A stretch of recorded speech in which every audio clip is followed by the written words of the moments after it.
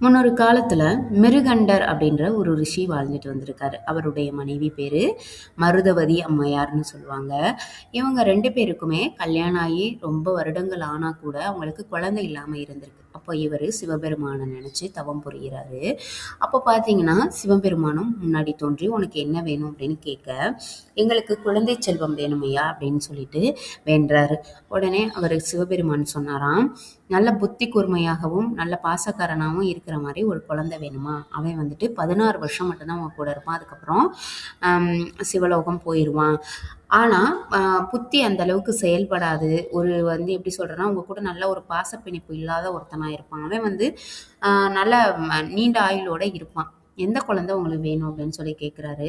உடனே ம அ மிருகண்டர் என்ன பண்ணிட்டாருன்னா, கொஞ்ச நாள் வாழ்ந்தா கூட என்னோட குழந்தை வந்துட்டு நல்ல புத்தி கூர்மையோட எங்களோட நல்ல பாசமா இருக்கிற மாரி வேணும் அப்படின்னு சொன்னோனே, இவரு வரம் குடுத்துடுறாரு சிவபெருமான். அ வரம் குடுத்த கொஞ்ச நாள்லயே அவங்களுக்கு குழந்தையும் பிறக்குது. நல்ல ஒரு பாச நேசம் கட்டி வளர்த்துட்டு வராங்க.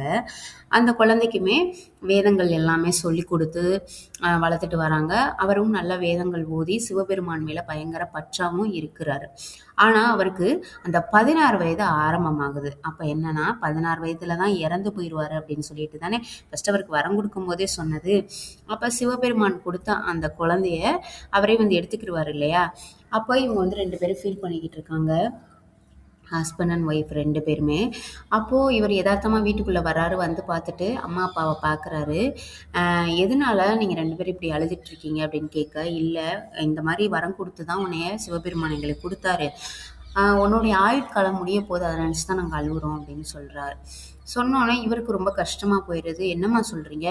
நான் வந்து டெய்லி சிவபெருமான நெனச்சு வேதங்கள் ஓதுறேன். அவரையே நினைச்சு எப்பவுமே நான் வந்துட்டு அவருடைய ஐந்தெழுத்து மந்திரத்தையே கூறிக்கிட்டுண்டே இருக்கேன்ல. அப்பன்னா நான் கேட்டா அவர் எனக்கு வரம் தருவாரு அப்படின்னு சொல்லிட்டு, அவர் என்ன பண்றாரு வேகமா போயிட்டு ஒரு ஆத்து சைடு போய் உட்காந்து மண்ணுலயே லிங்கம் செஞ்சு உட்காந்து வணங்கிக்கிட்டு இருக்காரு. ஆழ்ந்த தவத்துக்கே போயிட்டாராம். அப்ப பார்த்தீங்கன்னா, அ யமதர்மராஜா வந்துடுறாரு. வந்துட்டு அவர் வராம அவருடைய வேலையாட்கள் கிட்ட கூட்டிட்டு அனுப்பி விட்டுறாரு. இந்த மாரி மார்க்கண்டேயன் அந்த பையனோட பேரு. அந்த மிருகண்டர் அவருடைய பையன் பேர் வந்து மார்க்கண்டேயன். மார்க்கண்டேயன் அவனுக்கு வந்துட்டு ஆயுட்காலம் முடிஞ்சிருச்சு. நீங்க போய் கூட்டிட்டு வாங்க அப்படின்னு சொல்லி சொல்றாரு. அப்ப 2 பேர் வர்றாங்க. வரும்போது பார்த்தீங்கன்னா, இவரு ஆழ்ந்த தவத்தில இருக்காரு இல்லையா? அப்ப வந்து அவன போய் நெருங்கவே முடியல. ஒரு மாரி சுற்று வளையம் ஒண்ணு, பாதுகாப்பு வளையமா அவனுக்கு வந்து இருக்கு. மார்க்கண்டேயனுக்கு.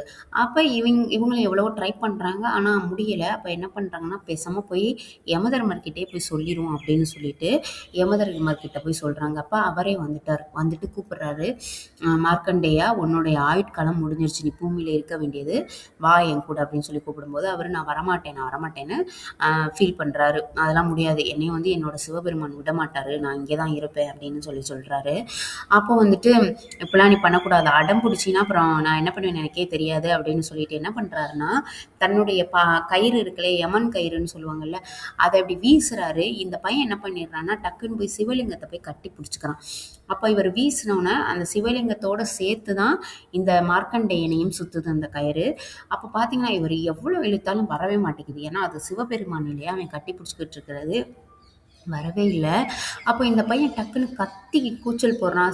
சிவபெருமானே என்னை காப்பாற்றுவாயாக அப்படின்னு சொன்னோனயே, டக்குன்னு அந்த லிங்கத்திலருந்து சிவபெருமான் தன்னுடைய அந்த எப்படி சொல்றேன்னா, பயங்கர கோபத்தோட ஒரு உருவம் எடுக்குறாரு. எடுத்துட்டு அந்த யமதர்மராஜாவிட்ட அவன் வந்து நான் வந்து வரம் கொடுத்து பிறந்தவன். இப்ப வந்து அவன் கேட்ட வரத்துல, அவன் நீண்ட காலம் வாழணும் அப்படின்னு சொல்லிட்டு நான் வந்து வரம் குடுத்துருக்கேன். நீ எப்படி அவன கூட்டிட்டு போகலாம் அப்படின்னு சொல்லிட்டு, யமதர்மரையே தன்னோட கோவத்தால என்ன பண்ணிடுறான்னா, சூலத்த எடுத்து குத்தி கொன்றாரு. அதுக்கப்புறமா பிரம்மனும், விஷ்ணுவும் வர்றாங்க. வந்து தோன்றி சொல்றாங்க, அம் "ஐயா நீங்க வந்துட்டு யமதர்மர வந்து கொன்னுட்டீங்க. ஆனா பிறப்பு அப்படின்னு ஒண்ணு இருந்தா, இறப்புன்னு ஒண்ணு இருக்க தான் வேணும். அப்பதான் இந்த பூமி வந்து சமநிலையை அடையும். அதனால தயவு செஞ்சு அவருக்கு உயிர் குடுத்துருங்க" அப்படின்னு சொல்றாங்க. அவருக்கு உயிர் கொடுத்துட்டு யமதர்மருக்கு, அதுக்கப்புறமா மார்க்கண்டேயனுக்குமே உன்னுடைய அம்மா, அப்பா இறந்தா கூட உன்னுடைய ஆயுள் நிலைக்கும் அப்படின்னு சொல்லிட்டு, அவருக்கு ஆயுளையும் குடுத்துட்டு அவர் வந்து போறாரு.